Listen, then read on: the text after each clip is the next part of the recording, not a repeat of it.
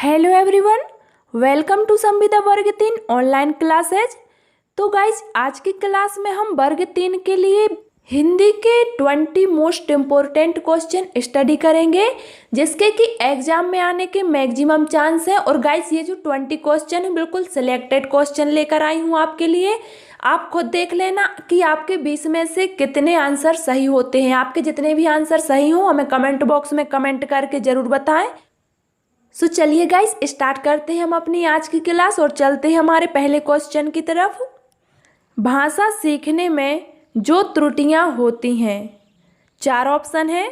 उन्हें कठोरता से लेना चाहिए, उन्हें जल्दी से दूर किया जाना चाहिए, वे बच्चों की त्रुटियों की ओर संकेत करती हैं, वे सीखने की प्रक्रिया और स्वाभाविक हिस्सा होती हैं जो समय के साथ दूर होने लगती हैं। तो गाइस यहाँ पर हमारा करेक्ट आंसर हो जाएगा ऑप्शन डी।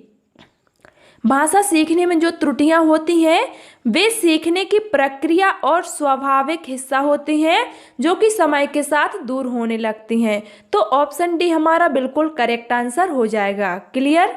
नेक्स्ट क्वेश्चन, निम्नलिखित में से पवन का पर्यायवाची शब्द है। पवन का पर्यायवाची शब्द क्या है? अनल, अनिल, नलिन, सलिल। देखिए पवन का पर्यायवाची शब्द हो जाएगा अनिल, जो कि हमारे लिए ऑप्शन बी में दिया गया है। तो ऑप्शन बी हमारा करेक्ट आंसर हो जाएगा। पवन के और भी पर्यायवाची होते हैं जैसे कि वायु, समीर, मारुत, हवा। क्लियर। ये जो है वो सभी पवन के पर्यायवाची हैं, याद रखना गाइस। चलिए नेक्स्ट क्वेश्चन। गाइस यदि आपको वीडियो पसंद आए तो वीडियो को लाइक जरूर करते जाएं। पढ़ना कौशल में सबसे ज़्यादा महत्वपूर्ण है शब्दों वाक्यों को शुद्ध रूप से उच्चारित करना, केवल अक्षर पहचान, तेज गति से पढ़ना, संदर्भ अनुसार अर्थ ग्रहण करना। तो यहाँ पर हमारा करेक्ट आंसर हो जाएगा ऑप्शन डी, संदर्भ अनुसार अर्थ ग्रहण करना पढ़ना कौशल में सबसे ज़्यादा महत्वपूर्ण है। तो ऑप्शन डी हमारा बिल्कुल करेक्ट आंसर होगा। चलिए नेक्स्ट क्वेश्चन, कवि शब्द का स्त्रीलिंग रूप क्या है? कवि। ऑप्शन है कवियत्री, कवयत्री, कवियत्री, कवियत्री। तो यहाँ पर हमारा करेक्ट आंसर हो जाएगा ऑप्शन सी, कवियत्री। कवि शब्द का स्त्रीलिंग होगा कवियत्री। ऑप्शन सी हमारा बिल्कुल करेक्ट आंसर होगा। चलिए नेक्स्ट क्वेश्चन, भाषा अर्जित करने के संदर्भ में कौन सा कथन उचित नहीं है? ऑप्शन है यह एक सहज प्रक्रिया है, यह एक स्वाभाविक प्रक्रिया है, बच्चे भाषा के नियमों को आत्मसात करते हैं, या फिर बच्चों को नियम बनाना सिखाया जाता है। तो यहाँ पर हमारा करेक्ट आंसर हो जाएगा ऑप्शन डी, बच्चों को नियम बनाना सिखाया जाता है। ठीक है। और देखा जाए तो इसके लिए जो कथन उचित है वो है बच्चे भाषा के नियमों को आत्मसात करते हैं। तो ऑप्शन डी जो है वो कथन उचित नहीं है। तो ऑप्शन डी हमारा बिल्कुल करेक्ट आंसर होगा। चलिए नेक्स्ट क्वेश्चन, पहली कक्षा की हिंदी भाषा की पाठ्य पुस्तक में आप किस विधा को सबसे अधिक महत्व देंगे? ऑप्शन है कहानी, नाटक, डायरी, निबंध।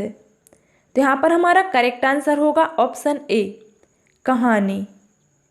ठीक है। पहली कक्षा की हिंदी भाषा की पाठ्य पुस्तक में हम कहानी को सबसे अधिक महत्व देंगे। गाइस आपको पता होगा कि प्राथमिक स्तर पर जो बच्चे होते हैं वो बच्चे कहानी सुनने में रुचि लेते हैं। तो यहाँ पर हमारा करेक्ट आंसर होगा ऑप्शन ए, कहानी। क्लियर।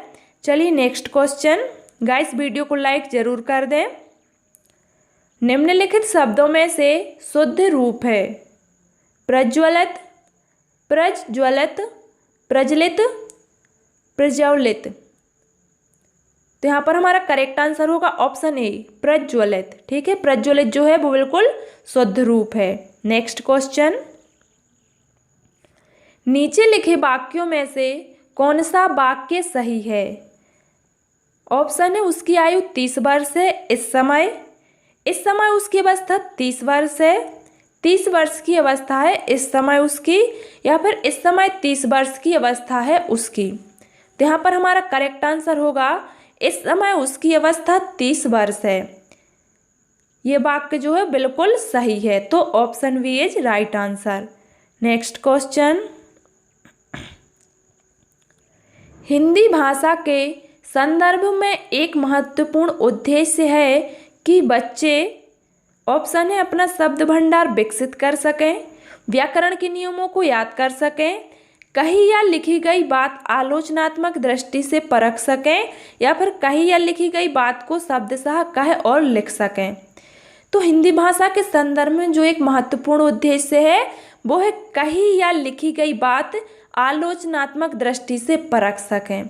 ठीक है, बच्चे जो बात कही या फिर लिखी गई है उस बात को आलोचनात्मक दृष्टि से परख सकें। ये ऑप्शन बिल्कुल करेक्ट है, तो ऑप्शन सी हमारा राइट आंसर हो जाएगा। चलिए नेक्स्ट क्वेश्चन, प्राथमिक स्तर पर बच्चों में लिखने का कौशल इस सीमा तक हो कि वे सुंदर अक्षरों में लिख सकें, छोटी कहानी लिख सकें, विभिन्न उद्देश्यों के लिए लिख सकें, या फिर मानक वर्तनी में लिख सकें।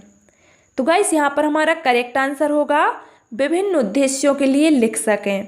प्राथमिक स्तर पर बच्चों में लिखने का कौशल इस सीमा तक हो कि वे विभिन्न उद्देश्यों के लिए लिख सकें। तो यहाँ पर ऑप्शन सी हमारा बिल्कुल करेक्ट आंसर हो जाएगा। चलिए नेक्स्ट क्वेश्चन देख लेते हैं, कौन सा शब्द तत्सम नहीं है? घृत, अतिन, दुग्ध, आंसू। तो यहाँ पर हमारा करेक्ट आंसर होगा ऑप्शन डी, आंसू। आंसू शब्द जो है वो तत्सम नहीं है, तो ऑप्शन डी हमारा बिल्कुल करेक्ट आंसर हो जाएगा। नेक्स्ट क्वेश्चन, किए गए उपकार का फल ना मानने वाला वाक्यांश के लिए एक शब्द है। ऑप्शन है कृतघ्न, कृतज्ञ, अपकृत, उपकृत। तो देखिए, किए गए उपकार का फल ना मानने वाला, इसके लिए जो एक शब्द है वो है कृतघ्न, जो कि हमारे लिए ऑप्शन ए में दिया गया है, तो हमारा आंसर ऑप्शन ए के साथ चला जाएगा। चलिए नेक्स्ट क्वेश्चन, भाषा सीखने और भाषा अर्जित करने में अंतर का मुख्य आधार है। देखिए, भाषा सीखने और भाषा अर्जित करने में, तो ऑप्शन है भाषा की पाठ्य पुस्तकें, भाषा की लिखिताकलन, भाषा का उपलब्ध परिवेश, भाषा की जटिल संरचनाएं। तो यहाँ पर हमारा करेक्ट आंसर होगा भाषा का उपलब्ध परिवेश।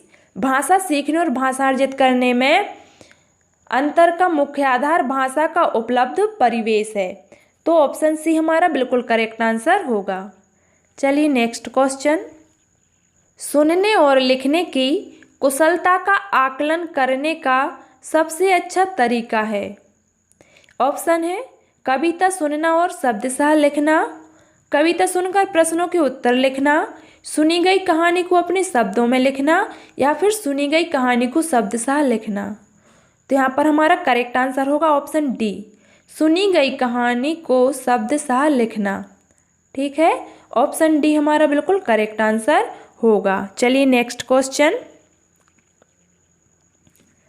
वेरी आईएमपी क्वेश्चन है गाइस।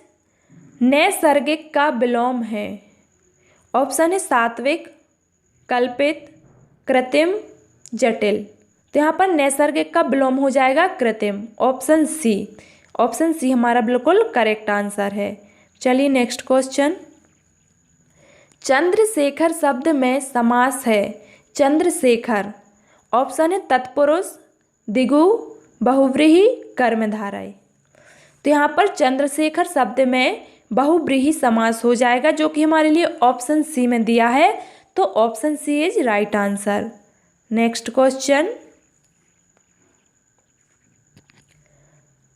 जब छात्र शिक्षक की भाषा का अनुकरण करें तो उसे कहते हैं प्रयत्न का सिद्धांत, अनुकरण का सिद्धांत, क्रियाशीलता का सिद्धांत, या फिर अभ्यास का सिद्धांत। तो जब छात्र शिक्षक की भाषा का अनुकरण करें तो उसे अनुकरण का सिद्धांत कहते हैं। तो यहाँ पर हमारा ऑप्शन बी बिल्कुल करेक्ट आंसर होगा। चलिए नेक्स्ट क्वेश्चन, दिग्गज का संधि विच्छेद क्या है? ऑप्शन है दिक् प्लस गज, दिक् प्लस गज, दिह प्लस गज या फिर दिक् प्लस अगज। तो दिग्गज का संधि विच्छेद हो जाएगा दिक् प्लस गज, जो कि हमारे लिए ऑप्शन बी में दिया गया है। तो ऑप्शन बी यहाँ पर हमारा बिल्कुल करेक्ट आंसर होगा और इसमें व्यंजन संधि होगी दिक् प्लस गज। चलिए नेक्स्ट क्वेश्चन। शब्द और विलोम की दृष्टि से निम्नलिखित में से कौन सा विकल्प सही नहीं है? ऑप्शन है यौवन वार्धक्य, लोलुप संतुष्ट, विश्लेषण विवेचन, एकांगी सर्वांगीण। तो यहाँ पर हमारा करेक्ट आंसर होगा ऑप्शन सी, विश्लेषण विवेचन। यह विकल्प सही नहीं है, तो option C is right answer. Next question.